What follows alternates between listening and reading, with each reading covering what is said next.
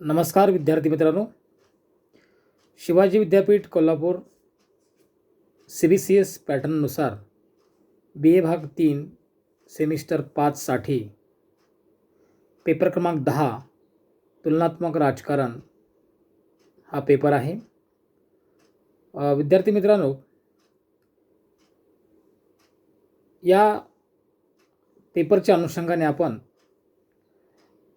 या व्हिडिओच्या माध्यमातून थोडक्यात चर्चा करणार आहोत। या पेपरमध्ये एकूण 4 टॉपिक आपल्याला अभ्यासनासाठी दिलेले आहेत। यामध्ये तुलनात्मक राजकारण हे पहिले प्रकरण आहे। यामध्ये तुलनात्मक राजकारणाचा अर्थ, स्वरूप आणि व्याप्ती हे आपल्याला अभ्यासायचं आहे। त्यानंतर तुलनात्मक राजकारणाच्या संदर्भामध्ये जे काही दृष्टिकोन आहेत, म्हणजे आपल्याला अभ्यासाला एकूण 3 दृष्टिकोन आहेत। यामध्ये पहिला दृष्टिकोन रचनात्मक कार्यवादी दृष्टिकोन, दुसरा दृष्टिकोन व्यवस्था दृष्टिकोन आणि तिसरा दृष्टिकोन मार्क्सवादी दृष्टिकोन। एकंदरीत तुलनात्मक राजकारणाची प्रस्तावना, अर्थ, स्वरूप आणि व्याप्ती हे अभ्यासल्यानंतर या प्रकरणामध्ये हे 3 आता आपण मगाशी उल्लेख केल्याप्रमाणे हे 3 दृष्टिकोन आपल्याला अभ्यासायचे आहेत। हा झाला पहिला टॉपिक। दुसऱ्या टॉपिकमध्ये राज्यघटनावाद हा दुसरा टॉपिक आहे। यामध्ये राज्यघटनावादाचा अर्थ व स्वरूप, व्याख्या, इंग्लंड आणि अमेरिकेमधील राज्यघटनावाद आपल्याला या प्रकरणामध्ये अभ्यासायचा आहे। त्यानंतर तिसरा टॉपिक जो आहे संघराज्यवाद। यामध्ये संघराज्यवाद, त्याचा अर्थ आणि स्वरूप, संघराज्याच्या आवश्यक अटी काय आहेत, त्यानंतर संघराज्यापुढील आव्हाने कोणती आहेत, हे या प्रकरणामध्ये आपल्याला अभ्यासायचं आहे। त्यानंतर चौथं जे प्रकरण आहे त्या प्रकरणाचं नाव आहे राजकीय पक्ष आणि दबाव गट। राजकीय पक्षाचा अर्थ, व्याख्या, प्रकार, दबाव गट, अर्थ, वर्गीकरण, राजकीय पक्ष आणि दबाव गटांची भूमिका हे या प्रकरणामध्ये आपल्याला अभ्यासायचं आहे। तर विद्यार्थी मित्रांनो, आज आपल्याला प्रकरण पहिले तुलनात्मक राजकारण हे आपल्याला या ठिकाणी अभ्यासायचं आहे। यामध्ये तुलनात्मक राजकारण या पहिल्या प्रकरणामध्ये तुलनात्मक राजकारणाचा अर्थ, स्वरूप आणि व्याप्ती, त्यानंतर जे काही दृष्टिकोन आहेत 3 दृष्टिकोन आपल्याला अभ्यासायचे आहेत।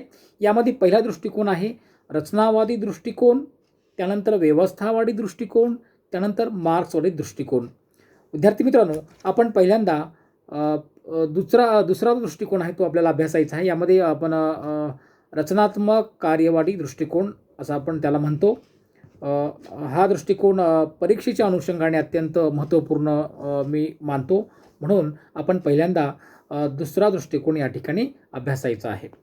तर प्रोफेसर गॅब्रिएल अल्मंड आणि GB पॉवेल यांनी आपल्या तुलनात्मक राज्यशास्त्र, त्याला आपण इंग्रजीमध्ये कंपॅरेटिव्ह पॉलिटिक्स य डेव्हलपमेंटल अप्रोच या ग्रंथामध्ये रचनात्मक कार्यवादी दृष्टिकोन मांडलेला आहे। रचनात्मक कार्यवादी दृष्टिकोन म्हणजे राजकीय व्यवस्थेकडून केली जाणारी कार्य आणि अशी कार्य की ज्या रचनांकडून ती पार पाडली जातात या संबंधीचा विश्लेषणात्मक दृष्टिकोन होय। रचनात्मक कार्यवादी दृष्टिकोन ज्याला आपण म्हणतो, हा दृष्टिकोन समाजशास्त्र, मानसशास्त्र या सामाजिक शास्त्रातून आपल्या राज्यशास्त्रामध्ये आलेला दृष्टिकोन आहे। रचनात्मक कार्यवाद या संकल्पनेमध्ये व्यवस्था, रचना, कार्य, त्याला आपण इंग्रजीमध्ये सिस्टीम, स्ट्रक्चर आणि फंक्शन या 3 शब्दांची योजना करण्यात आलेली आहे। रचनेचा अभ्यास करून कार्य समजावून घेणे आणि त्या कार्यावरून व्यवस्थेचे स्वरूप जाणून घेणे याला रचनात्मक कार्यवादी दृष्टिकोन असे म्हणतात। समाजामध्ये विविध उपव्यवस्था असतात। राजकीय, शासकीय, आर्थिक, सांस्कृतिक अशा विविध उपव्यवस्था आपल्याला समाजामध्ये पाहावयास मिळतात। त्याची एक रचना असते, म्हणजे समाजाची एक रचना निर्माण होते. समाजातील विविध गरजा विविध उपव्यवस्थाकडून भागविल्या जातात. आल्मंड यांच्या मते कार्य म्हणजे व्यवस्था टिकून राहण्याच्या दृष्टीने विशिष्ट हेतू किंवा उद्दिष्ट साध्य करण्यासाठी केली जाणारी कृती होय. रचना म्हणजे व्यवस्थेतील संबंधित अशा भूमिकांची मांडणी आहे. विशिष्ट कार्य करण्यासाठी निर्माण केलेली मांडणी म्हणजे रचना आहे, असं आल्मंड यांचं म्हणणं आहे. म्हणजे राजकीय व्यवस्थेमध्ये विविध उपव्यवस्था कार्य करीत असतात. प्रत्येक उपव्यवस्थेत रचना असते आणि त्या रचनेत व्यक्ती आपापल्या भूमिका बजावत असतात. अशा दृश्य स्वरूपाच्या भूमिकांची योग्य मांडणी म्हणजे रचना आहे. म्हणजे structure is a set of observable rules. Almond यांच्या मते रचनात्मक कार्यवाही दृष्टिकोन म्हणजे कृतीचा आकृतिबंध होय आणि अशा कृतीचा परिणाम म्हणजे कार्य होय.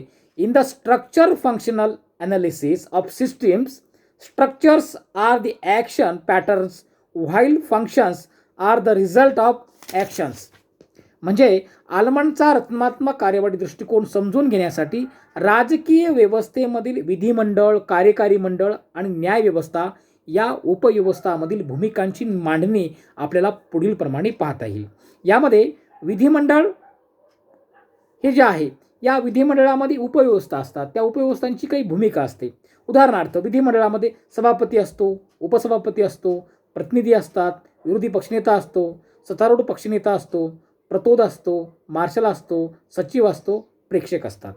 हे विधिमंडळामधली उपव्यवस्थांची माध्यमं आहेत. त्यानंतर कार्यकारी मंडळामधली जी काही उपव्यवस्था आहे त्यामध्ये त्यांची काय भूमिका आहे, म्हणजे कार्यकारी प्रमुख असतो, राजकीय व कार्यकारी दोन्हीही प्रमुख यामध्ये येतात.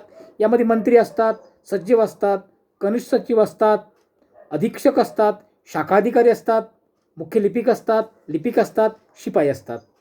आणि तिसरं जे भाग आहे तिसरा, याच्यामध्ये न्यायमंडळ आपण ज्याला म्हणतो, म्हणजे विधिमंडळ त्याला आपण कायदेमंडळ म्हणतो, विधिमंडळ, कार्यकारी मंडळ आणि तिसरं न्यायमंडळ. या न्यायमंडळामधले उपव्यवस्थांची भूमिका आपण या ठिकाणी पाहू. या न्यायमंडळामध्ये सरन्यायाधीश, न्यायाधीश, आरोपी, साक्षीदार, जामीनदार, वकील, लेखनिक, बेलीफ, प्रेक्षक अशा विविध उपव्यवस्थांचा आपण या ठिकाणी उल्लेख केलेला आहे. म्हणजे विधिमंडळ, कार्यकारी मंडळ आणि न्यायमंडळ यांच्या राष्ट्रीय, प्रादेशिक आणि स्थानीय पातळीवरील उपव्यवस्था कार्य करताना आपल्याला दिसतात. म्हणजे प्रत्येक व्यवस्था ही विशिष्ट परिस्थितीत कार्य करीत असते. म्हणजे राजकीय व्यवस्था राष्ट्रीय पातळीवर कार्य करीत असेल तर आंतरराष्ट्रीय क्षेत्र ही तिची बाह्य परिस्थिती असते, त्याला आपण एन्व्हायरमेंटल असं म्हणतो. म्हणजे प्रादेशिक पातळीवर घटक राज्यांची व्यवस्था म्हणून जेव्हा आपण विचार करतो तेव्हा राष्ट्र राज्य ही तिची बाह्य परिस्थिती आहे. त्यानंतर प्रोफेसर आल्मंड यांच्या मते राजकीय व्यवस्थेची सीमा असते, ज्याला आपण बाउंड्री असं म्हणतो. स्थल, काल आणि कार्यपद्धती यानुसार बदलत असते.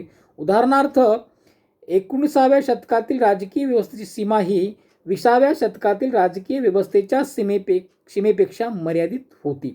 म्हणजे 20व्या शतकातील राज्य पॉलिसी स्वरूपाची न राहता ती आता कल्याणकारी बनलेली आहेत. त्यामुळे त्यांचे कार्यक्षेत्र काय झालेलं आहे, व्यापक बनलेलं आहे. उदाहरणार्थ इंग्लंड, अमेरिका, फ्रान्स या पाश्चात्य देशांच्या राजकीय व्यवस्था अधिक अद्ययावत व कार्यक्षम होत्या. त्यामुळे तेथे राजकीय व्यवस्थेला अधिक स्तरीय प्राप्त झालेली आहे. या उलट आशिया, आफ्रिका अप्रगत किंवा तिसऱ्या जगातील राष्ट्रांची राजकीय व्यवस्था अस्थिर आहेत. तेथील सामाजिक, राजकीय, धार्मिक, सांस्कृतिक अशा परिस्थितीचा परिणाम राजकीय व्यवस्थेवर होत असतो. अप्रगत देशातील लोकांचा राजकीय सहभाग हा प्रगत देशातील लोकांपेक्षा कमी असतो. विशिष्ट परिस्थितीत लोकांचा सहभाग वाढला जातो. सार्वत्रिक निवडणुकांत मतदारांच्या भूमिका अधिक विस्तृत होतात. मतदारावर विविध घटकांचा प्रभाव पडून त्याची भूमिका निश्चित होत असते. सार्वत्रिक निवडणुकीच्या वेळी राजकीय पक्ष, दबाव गट, मतदार त्यांच्या राजकीय सहभागाची सीमा अधिक विस्तार पावते. विद्यार्थी मित्रांनो, रचनात्मक कार्यवाही दृष्टिकोन पाहत असताना ह्या सुरुवातीच्या भागामध्ये या बाबींचा आपण म्हणजे उहापोह करणं अत्यंत गरजेचं होतं. त्यानंतर प्रोफेसर आल्मंड यांनी राजकीय व्यवस्थेची कार्य पण सांगितलेली आहेत. म्हणजे क्षमतेची कार्य, रूपांतरित कार्य किंवा आदान-प्रदान प्रक्रियेतील कार्य, या कार्यांचा अ, म्हणजे अभ्यास आपण पुढील व्हिडिओच्या माध्यमातून करणार आहोत. या ठिकाणी आपण थांबूया. मी प्राध्यापक डॉक्टर कमलाकर राक्षिष्य, विठ्ठलराव पाटील महाविद्यालय, कळी, तालुका पन्हाळा, जिल्हा कोल्हापूर. धन्यवाद. धन्यवाद.